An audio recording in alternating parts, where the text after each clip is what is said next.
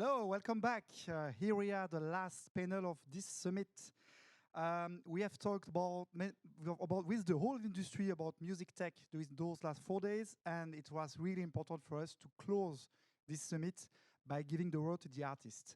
So it's my pleasure to welcome in this last panel Alex Ellis from the band Our Man in the Field, Min Jung Kim, Sudha Ketchapal, Roman Rapak, Sarah Sarah, and the winners of the 2021 AI Song Contest, Emojized.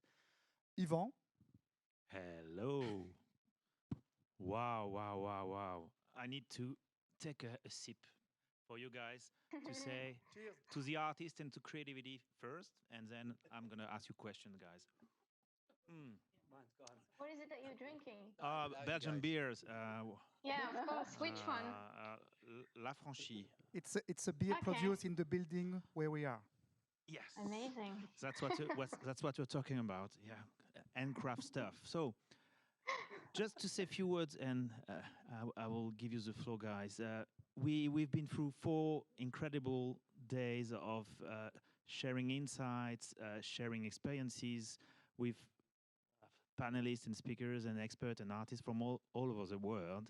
And it was really super interesting to see that in every discussion, including the most technical or marketing driven, the artist was at the core of Suda. You can confirm most of the panels, the conclusion was, hey guys, let's not forget the artist in the room, and let's not forget the artist in the process, because it has to be about them in touch with the Absolutely. fans. So here Yeah, we are. absolutely. Here we are. And I think to start, I don't want to go into detailed question. It's more about getting your feelings and thoughts about how embracing innovation in your heart and in your craft for each of you. So who I should start with, Suda? Maybe you two, in because you are. It's so good to see you two reunited. Yeah, do you want to go with Alex, discussing? Yeah, how innovation is part of your daily work mainly, or does it mean? Is it tech, or is it creativity, or is it both?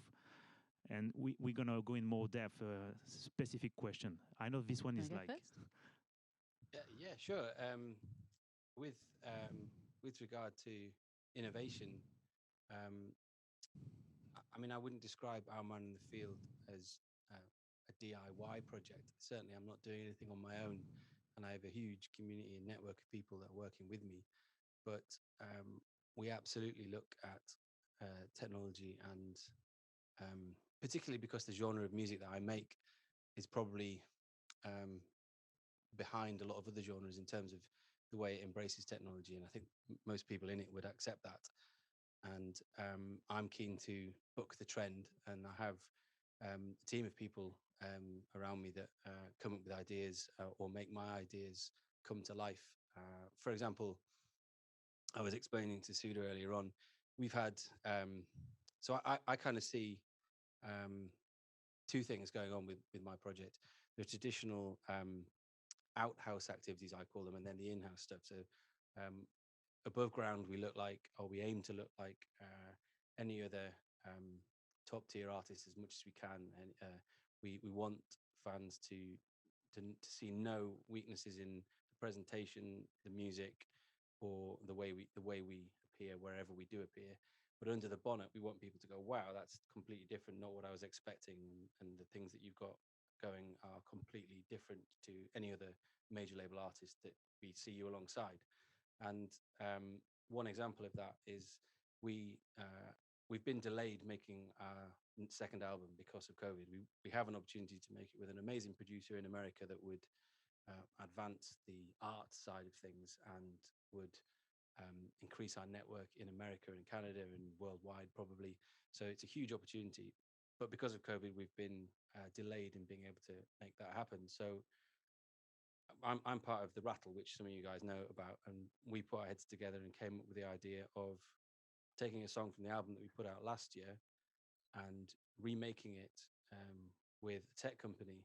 So we recorded that album live. We decided to re-record all the parts of the album individually, and create clean stems to a click, and then make that available to other artists, other musicians to add to, and then our fans and the wider world, we might end up with 50 stems or 100 stems, and any combination sounds good. All of them sound good, all played at once, or just 4 or 5 sound good, or some random combination of numbers 1 to 10, 18, and 88 still sounds good.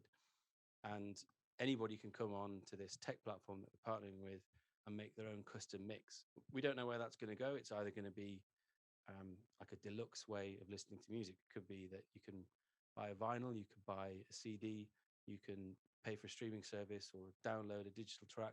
Or this, the next level is maybe is 90p to download a track on Apple, but for £2 you get a suite of software and a huge number of different options to make a custom version of that song. So it's in the demo testing mode at the moment, but that's something that we're doing that I don't think, certainly in our part of the music world, other people are doing, that we're trying to embrace the Yeah, tech yeah, side and of that. I love the way you describe it, but because I think it's a perfect example of what innovation is about. Because even when you say we don't know where it's gonna go, it's about innovation and it's about try, and it's about collaboration, and sometimes a collaboration with tech itself. Like I would love to pass the mic to the dear winners of the contest, because you've been through an incredible journey until, yeah, the prize and this marvelous, yeah, experience you had. Can you tell us, because for those who don't know already your product, can you describe the product and the journey, how you work, you approach the work with artificial intelligence in your project, and what does it mean for you as artist? Sure. You wanted to understand like the process of how we created Yeah, the yeah, song. yeah, yeah. I think it's interesting for the audience to also, yeah, concretely, what does it mean and what does it take to go there and to try those new forms of creation? Yeah. Sure. So essentially, when we entered the contest, we actually tried to figure out a lot of different ways, like how do we want to do this? How do we want to combine it together? Because there's so many different options when using AI. So we decided to sort of base everything around the history of the first computer voice, essentially, which is a song Daisy Bell, which was sang by an IBM computer in 1961. And so what we did is we sort of based the entire track around this song, and we trained the AI both on the lyrics and on the melody and the just general vibe of that song, and sort of continued it from there on. So like, what if the song had another verse and you kept on moving forward? And what if that song existed in 2021 versus in 1890 something, whenever it was written? And so we trained that, and then also put some of our own emotions and styles and stuff into it. But essentially, the way that we created it was we treated the AI as if it was an artist. So, if you're a producer and an artist walks into the studio, you're not always going to agree on everything, and you're not always going to go along with every single thing that the artist wants. It's their baby, so of course they have control. But essentially, you're like, hey, you're drunk, go home. I have I don't like your pre-chorus. We need a tambourine here. Whatever it is. And so we did that. So there was a little bit of artistic licensing that we helped out with, but in the end, the AI was the artist, and we just did the best we could to produce its vision. AI was the artist and will be part of the crew, right? And I think going to Roman now, if you may, and guys, we will have you again sharing your experience. Roman, we had the chance to have Han, your co-founder, involved in Walifonia as a speaker, and she in a panel lately to express what you do with Overview Arc, with Immersive World.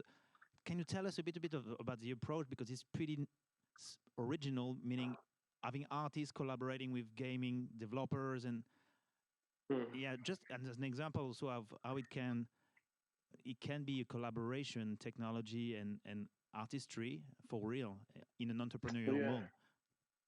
Well, I think there's two things that spring to mind, kind of as a general theme. First of all, it's interesting how, because technology has become so prevalent and so powerful, it often is looked at as we have music and then we have technology. And I think that sometimes we forget that the history of technology and the history of music are the same thing. Like whether it's like a violin is a piece of technology, like the like 100-year-old recording equipment is a piece of technology, and especially because I feel like there's such an urgency with artists and musicians. You know, you have to be up to date with this technology, and then you have to learn this platform. You have to do this. So actually, it's one and the same thing. I think that art, in all art, not just music, has always been about the development of new tools and the development of new technology. You know, whether it's like the Stratocaster in the '60s or the sampler or the internet itself. These are all tools that if you're an artist and you've got a song that you want to express, you logically use everything at your disposal. And I guess in our case, because what we've been doing is we've been playing these virtual concerts, but we've been playing physical concerts that we hybridize so they exist in the real world. So they have the excitement and urgency of a real physical concert, but we transmit them into a virtual world. And I think that if you're, you know, all of us grew up in eras where technology was already exploding and already changing our lives. And I think if you're an artist and you're ultimately one of the roles of an artist, I think is to as well as tell stories, is to express what's happening in the world around you. And it's impossible to express the condition of what being in 2022 is, or 1996, or any of the last sort of 30 years without talking about technology and without talking about the way it's changed us. And logically, the tools that we use to express that, and the sort of paintbrush or the palette or the instrument is itself technology. So everything that we're expressing, even if you're just recording an acoustic guitar and playing the oldest folk song, or you know, like a song from 1850, you're recording it into a digital workstation, or you're putting it on the internet, or so really encoded into everyone's music. So you are is technology. Yeah. And so you are fearless about all of those technology. I think it's completely about embracing it, and also no one can lament the fact that the music industry's changed and it used to be this and we all used to queue up and get records and say that the good old days we did this, because that itself was a piece of technology. You know, you queued up for that vinyl in the golden era, Sure. and that's because someone invented recording technology. So it's a continuation of what musicians have always done, I think. And talking about musicians, also we have a great pianist and classical artist in the room with us, Minjung. We had the chance a few weeks ago to have a great conversation about classical music and technology and music in general, not only classical. But for you as also as a pianist, but also you're a festival organizer now, and how do you see, maybe specifically in the classical world, the fear and excitement about new technology and the use of it in the reality? I know, so you are working a lot with, I think, Steinway, yes, and we have the new innovative approach. So from a general perspective, and maybe some examples of late experiment you did, and what is heading ahead, I guess. Sure.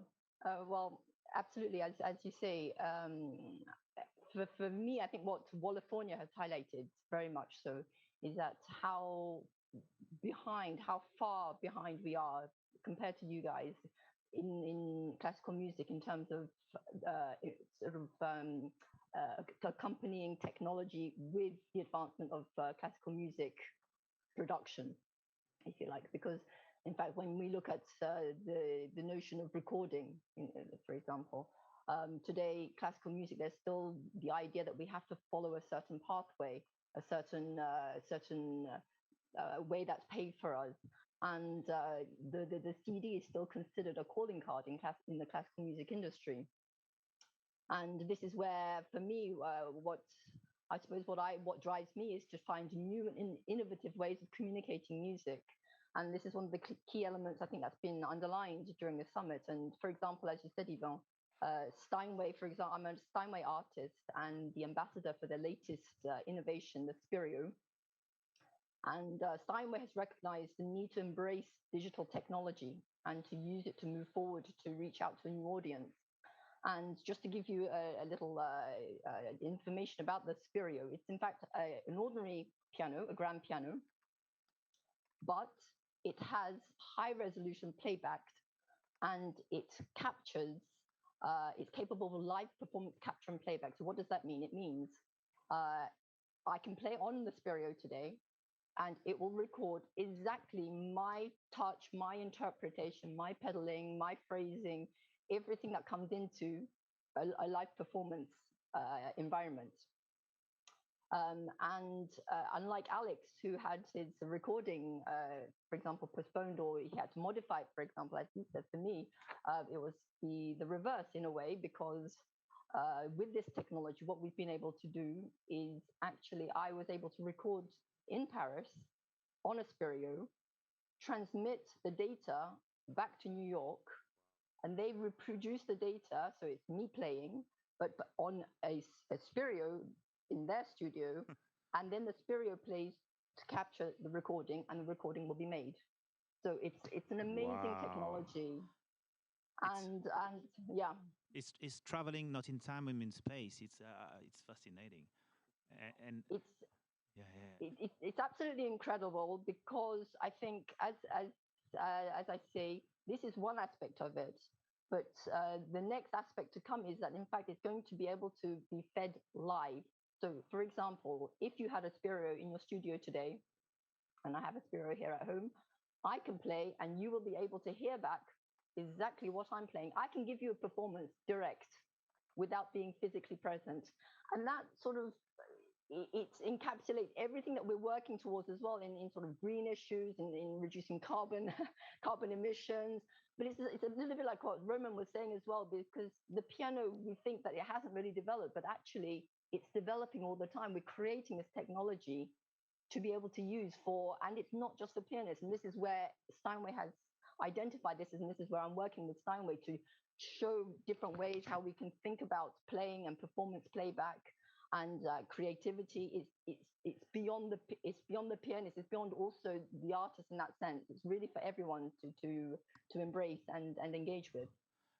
I think it brings it sum up two notions that has been discussed or brought to the table at I think most of the panels during this summit is creativity, but accessibility. Using technology to make creativity accessible for everyone, but also in terms of creators, but also in terms of the listeners, the audience. So I think this is really interesting. As an example that you bring, Sarah, sorry, or may I call you Sarah? Sorry, Sarah. Your vision as an artist also about what does it change for you also, because we talk a lot about creation, but also what technology bring really something new and sometimes quite, let's say, freaky. It's the new relationship with the fans. You need to be already always connected or not, but how do you see the new relationship with the fans, not only on social media, but on platforms? Is this something that you can avoid and keep focused on your art, or do you really think artists nowadays they cannot move to this world without considering being super connected, which is another aspect of your artist life, I guess? You see, Yes, I guess that well, for me, the way I see art and technologies, there's two different things. I think that we have to embrace it in a way, like I think you guys were saying earlier. I think that it's just inevitable. We can't avoid it today. You have to be present on the internet, and it's just part of life. It's part of evolution, and as Roman was saying, I think that it's a transformation of what music is becoming, and your interaction with people is becoming. So I think that we have the duty to go and explore, and I think that with all the technology that's available to us right now, like VR, and you can do a lot more things with AI, and you've got like the blockchain technology. That's kind of like there's a lot of things happening at the same time, and I think that we are in the process of transforming how music is experienced.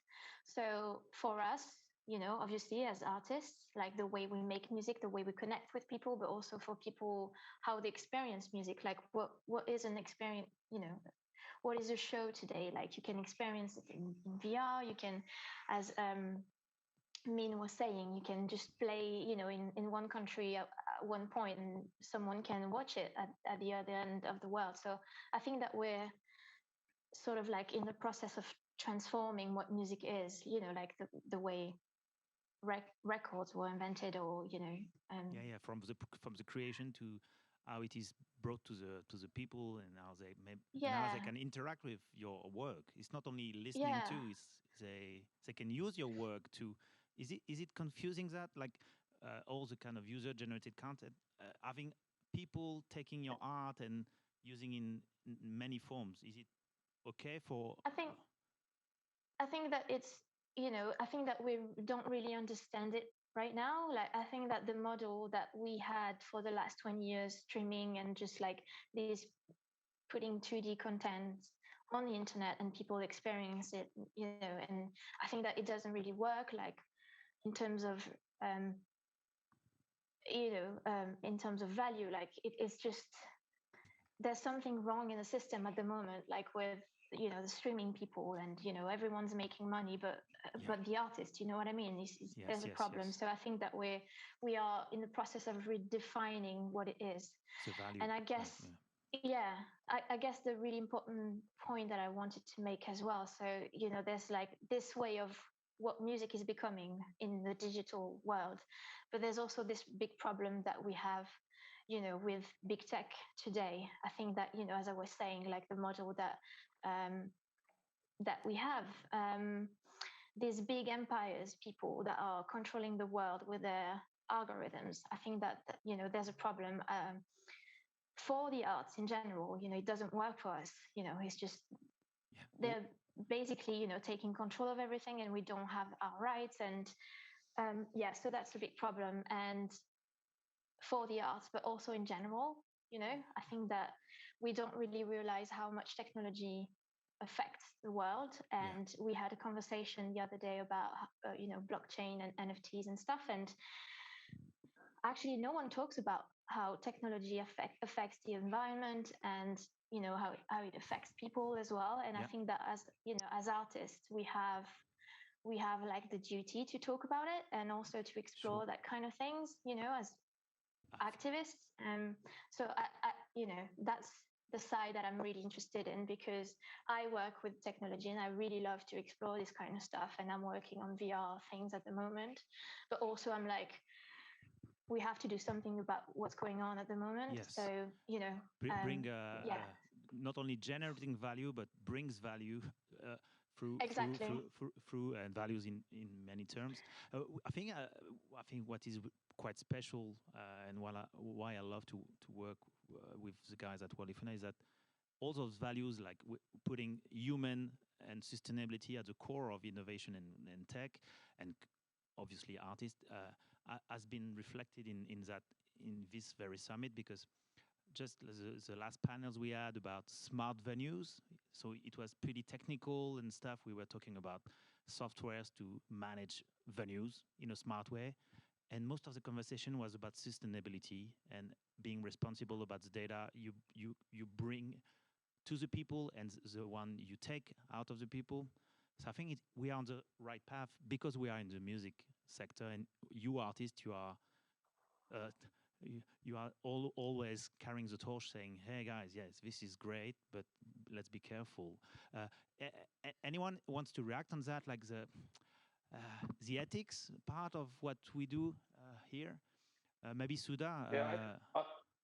Yeah, or Roman, go. No, I was just going to say, there is this thing about, something that Sandra said that I think is really important and quite moving, which is that art's always meant to be like a warning sign for what's coming next, and people who are writing songs, they're able to write what's happening in the world, and the songs that move people, whether it's civil rights movements, or whether it's 60s, or like the jazz, or they are telling a story about what's happening in the world, and therefore it's a story that the world hasn't caught up with.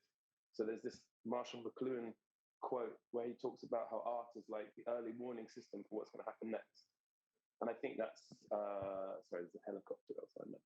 But like that, absolutely. But yeah, I think that's what, and that's where we find ourselves if we're trying to. I'm sure, like I'm going to speak for everyone, but I'm sure we've all, as artists, found ourselves in a position when you sit down and you think, well, what do I want to write about? Like what's meaningful? What's someone going to connect with? And we are allowed to not only write about something but share it with people. Where if you're a magazine or if you're a film or if you're anything else, it takes a lot longer for that to hit popular consciousness. Whereas a song can be within 3 minutes, you can ultimately change the world if it's the right song at the right time.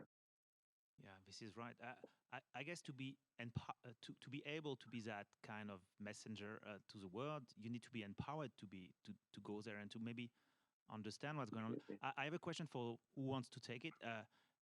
We discussed in many panels about education, meaning for you artists, how to navigate through this overwhelming loads of technology going on, and also startups trying to convince you that this is the one for you. You see what I mean?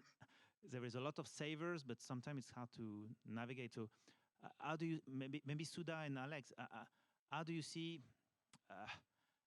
you decrypting the tech world from an artist perspective? How do you do that? It's about reading. It's about programs. It's about how do you do that? Understanding what's going on. Brilliant question. Great, Ivan. I'm here representing the over 35s, and I'm quite a lot older than 35, but let's just put that at the bottom level. So basically, there's a large proportion of musicians that are, coming from this old school mentality of, and it's not even old school, it's at the heart of who we are, whether we're recording artists or we're going out live. Essentially what we want to do is make music, we want to create, we're artists. And so in my experience, and certainly my peers, some of whom are hugely successful musicians, others who are trying to earn a living, it's the same thing all around. I think there's like all of these fantastic innovations that are going on, from blockchain to AI, to all the stuff going on in venues, which is super exciting. My perspective, and those of my peers, is that there needs to be a joining of the dots. There needs to be a way of bringing it all together so that it's kind of like a band in a box for people to say, right, okay, I'm only just going on Instagram. I'm over 35. I know this is the way I want to reach my target audience. I'm not going to go on TikTok. There are all this amazing stuff, but I don't know where to start with it. So I think the education piece is so important for so many of us to say, right, okay, this is how you're going to do X, Y, and Z. And I think traditionally, artists have always been a little building on what Sarah said.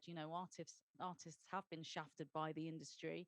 I think now, given that the future is going to be decentralized, there's so much possibility, and I think education is absolutely crucial. So this is kind of a call for all of us to make that happen as a collective intelligence. Can I just add to that? Because I thought, yeah, go ahead. I thought that was great, and I agree with that, all of that. But to add to it, another layer is the decentralization that you just mentioned and the democratization of the skills that were probably always there in the music industry, but the way it's evolved, certainly in my experience, outside the traditional model. There's a chap just sat the other side of this camera called Morgan, who's probably now going to get across me for saying this, but communities of skills and knowledge are, I think, the way forward. Certainly there have been for me. Where I was 3 years ago to where I am now, I don't know any more about using DAWs or the technology behind the kit that we've used to make some of the things we've done. I'm chronically dyslexic. I can't understand half the things that people have helped me with, but I understand their value. And because there isn't now, in my company anyway, there isn't middlemen between me and the skills and the people that want to add on to my music, or want to collaborate with me artistically, but with some technology that I don't understand, but I know what the value of it is. I've been able to move my stuff forwards. Like it's just unrecognizable, and that's what it's much nicer way to work, and it's far more satisfying to sit back and look at a piece of work that's been made by a community than, even though you might say, oh, this is Alman Field, so he's a solo artist, or he's got a band and they work together. The things that go on. So we should mention for the people like Morgan and the Rattle and people that add stuff that aren't the artists in the limelight, but they are making incredible things possible. Like the people who invented that piano, that sounds amazing. I want to go to a concert where that piano is going and you're over wherever you are playing it. I want to go to that concert. That sounds amazing. To be there too. And whoever made that is like, unless it was you as well, and then you're like just incredible. Sarah I'll gone. Just be quiet. Sarah gone. Yeah, I just wanted to say about how to keep up with technology. I mean, in my case, I feel like 70% of the time I have no idea what I'm doing. It's just about, go and explore, and you don't really know what the outcome is going to be. So, at the moment I'm working on, with VR, and we're not really sure what's going to be, the result. But I think that's what I find exciting about working with technology as well. So, there's obviously like an important part that you have to know, but yeah, for this stuff, I feel like, it's kind of like very exciting not to know what you're going to do and just make it happen and work, collaborate with developers and, other people or other nerds and stuff like that. I find it like really interesting. I would say like going in the studio, if you knew in advance what will come out of your sessions in the studio, it will be doomed. Yeah. So There's no pretty fun. much the same. There's no fun, and no, yeah. Maybe Roman, you can tell the world or our audience about the collective. I don't want. It's not about promotion, but how does it how does it happen? Like to have artists collaborating with gaming designers. How does it work to bring those people together in a community mode? Maybe. I guess it comes down to what are the preconceived ideas of what we're all supposed to do. And I think someone mentioned this idea that we are all, we fall in love with a record when we're, I don't know, 11 or 14 or whatever, and you fall in love with what the idea of a musician and what a record is then. And there is this idea, and I think we can all talk about how if only the world let the musicians do this, and if only we were allowed to do this, etc., etc. But like actually, as musicians, we fall in love with things that are always kind of iconoclast. Like if you're the people that say, "Oh, if only it was back to the old days where Miles Davis did this," like you have to understand, well, Miles Davis was completely destroying everything that was happening in music, and he was an entrepreneur. He was someone who was trying out new things, using new ideas, and I think.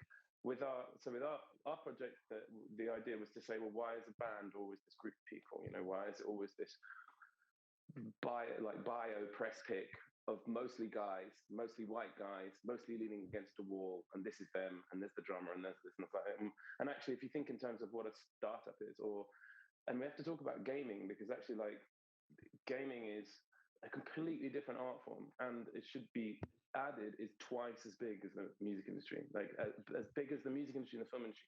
I'm in Cannes at the moment for the festival, and it's a traditional thing where you're here for the film festival, and there's all this thing, and it's like 100 years of cinema. It's a lot like the music industry. Here's how it's always been done. Here's the majors. Here's the studios. Here's this, and they're exploring these ideas of VR or exploring these ideas of technology, but it's encased in what the old model was. And I think that artists who are on there, and when my band signed a record deal, we were excited, obviously, because you have some support, but also there's this idea of like you get told by a label, well, this is how you do things. There's a label campaign, there's a album cycle, there's a festival season, there's the single last. There's all these formats that you have to, and you respect them because they exist for a reason, and the music industry exists and is amazing because it helps you express this, and it's this amazing tool. But then all these new tools come along. So in our case, the idea was, well, a startup or a collective or a decentralized or autonomous organization, and the things that are happening now in cryptocurrencies, they are these enormous organizations where everyone is invited. And I think that is in the spirit of what this new era of technology is, that it is inclusive, that you have to have all these different competencies. You need to have someone who's an amazing photographer. You need to have someone who's an amazing drummer.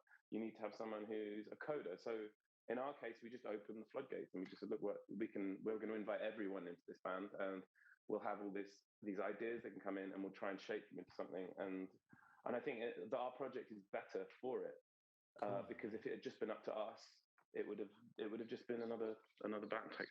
To the point of having an AI part of the band, right? Emoja is going back to you, and we will do a loop, not a loop, around for a closing, let's say, thoughts and inspiring notes. This idea of collective approach of things. How do you interact with other peers of yours, and maybe also the other participants of the contest? Like, to learn from each other and to build this community around innovation and how to embrace tech. Do you do that, or it was pretty much an isolated process you did with your work?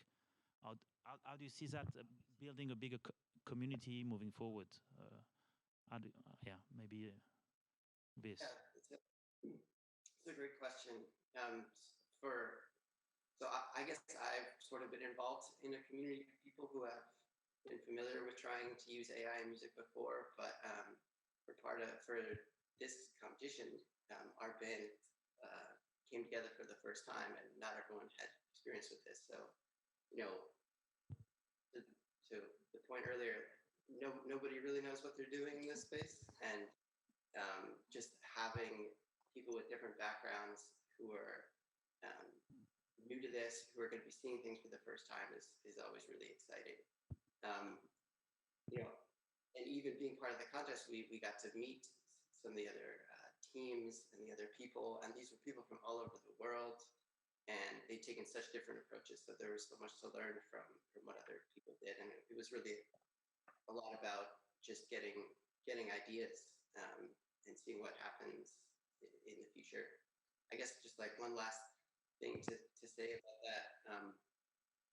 A lot of the people involved in this are people who are trying to figure out what we should do with AI and music.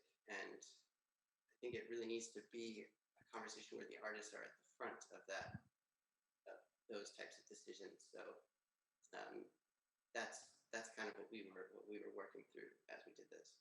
Yeah, and it's really inspiring, guys. And I think we were glad to have you on board. And Minjung, some few thoughts before we say goodbye and see you next year over a beer, or in your festival, because we need to talk again to bring technology discussion in your music festival.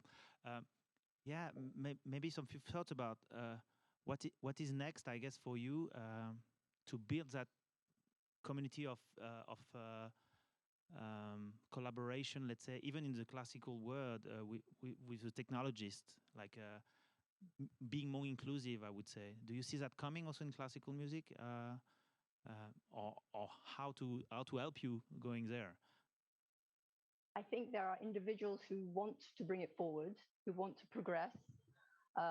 The world is moving, and we have to move with it, but we have to make brave steps to move forward. I think this is the thing. As I think the summary has been that somehow the notion of playing it safe and keeping to the tradition of things is we're trying to break the mold now with all of that. And that's exactly as you say, I'm trying to do with my festival as well.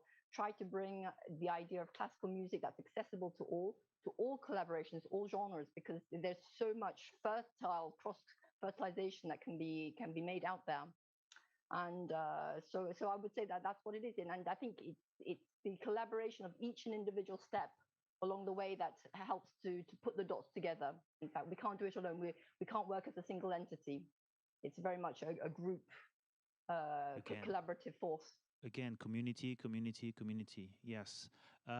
Sarah, some few last words, last thoughts, or something you would love to hear from startups listening to. If you, if you're working on a project and you call for technologies to help you create new things. What? I guess what I would like to say is that I agree with what I heard so far. I think that, technology is amazing because it brings people together as well. And I think that, it's the teamwork and the team effort that's really cool, and that's why I've been working well with you guys on different hackathons and stuff like that, and it's just it's that's why we love technology as well. There's so many stuff, and it's just like several brains together working together, and we don't know what we are going to create, but we are creating it. So it's something that's really interesting and cool. And I guess now my main point is like I think that we have choices to make now, and we have the responsibility to develop like a set of values when it comes to technology in general and music and the arts, digital arts as a whole industry. So yeah, I think that that's my main point, and I don't really know what I'm going to create next. I'm just working on it right now, but I'm trying to think about that, and hopefully we can all work together towards something a bit better. And yeah, very hopeful for the future. Cool. And Roman, last word from Cannes before you go back Yeah, to watch a movie. I don't know what you're gonna do tonight, but to with a the tie, dying film with a industry. black tie, yeah. Helicopter's back again. Helicopter mode, yeah. Yeah. Uber. Yeah, well, I would actually say that if there's anyone listening who's a coder or a game developer or is a digital artist, and you hear any artist talk to you and say, as an artist, I want this, and tries to create a separation between what they do as musicians or filmmakers and what you do, as if you're a tech or as if you're just a coder or a nerd, then walk away from them, because they're probably not going to make anything interesting. And I think that if you're a coder and a game designer, you are an artist, and you should be looking at these things as collaborations, because whatever the next expression is going to be, whatever is going to be the next, never mind the bollocks, unknown pleasures, the next Wu-Tang, the next whatever, it's going to be a collaboration between all of these disciplines. And there should never be a moment where they feel subservient to a musician, because they're equally artists and they're equally creative, and they're crucial to the next step. Exactly, and we should all remember the Beatles in Abbey Road with the EMI engineers crafting the future of pop, guys. It was the tech that gave us that. Oh man, this album it kicks ass so much. Anyway, Suda, Alex, you have the final cut and the final inspirational note, or just a joke. I don't know, a beer. Yeah, the beer's down there. He's the joke. Yeah, so I mean, on that note, I have been very humbled and privileged to have co-hosted the whole of this week and seen so many amazing panels, amazing artists speaking, amazing people from all aspects of the industry. And I think a big through line has been this real need for a balance between technology and what's human. And coming from 25 years of being a touring musician, and having, I know Jerome happened to be at this gig, having performed in front of, what was it, 100,000 people at a gig where we actually, as a band, caused an earthquake because of the power of everybody that came together, the joy that they had together, the connection that they had.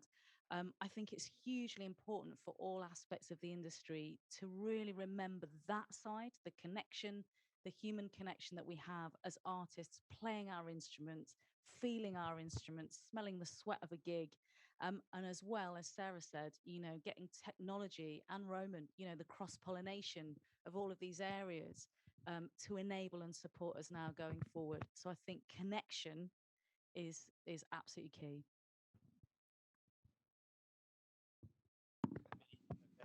But I'll just echo what everybody else has said, and as a sort of footnote to all that, certainly in our country, the value in the arts is taking a huge hit, and where technology can really help us out as artists is remind audiences what our value is. And if there's any technology that can counter the movement to devalue art, it's happening I'm sure across the globe, but we're feeling it particularly in our country through literal policy and through sort of nudge policy through the media and other sources, to devalue what artists do and what they create. So if technology can help us, and it has done, the race to understand and fix the streaming problem at the beginning of the pandemic showed that there is a need for it. And it's a shame that it took something like that to find like the first example where there was a successful, I think, proof of life for the arts. It hasn't been followed through on a government level yet, and I think that's just going to take audiences and artists, technology, working together and finding ways to change the status quo. And yeah, this is important to remind that to everyone that technology is not just a run without any consciousness. It has to be cautious about the values, the art. But I think maybe you can have the final word, Jérôme, because you are the host of this, all of this. It's about encouraging attempt to do new things, not only protecting what existed before. It's a balance between the two, I guess. And this is what also the institution need to understand. It's about encouraging new stuff to emerge in collaboration with education and with some kind of consciousness on the way. And as a community, I think I take the message and the responsibility from you guys. This is super strong message you bring as a conclusion to this whole summit. We, Jérôme and I, and some other also people, we are building music tech communities around the globe, like really around the globe, in Chile, in Germany, in Stockholm, in Finland, in Spain, in China. We should not forget you guys to be involved fully, not just, hey, as a side note, but at the core of all of this conversation and experiment. So we take it as a next step. I'll take it as a next step. Ivan. Thank you, guys. Thank you so much. That was really inspiring. If I can say humbly, my final word is that Walifornia, it's a community. It was created a few years ago to connect the dots between startups, innovators, and the music professional, but first of all, artists.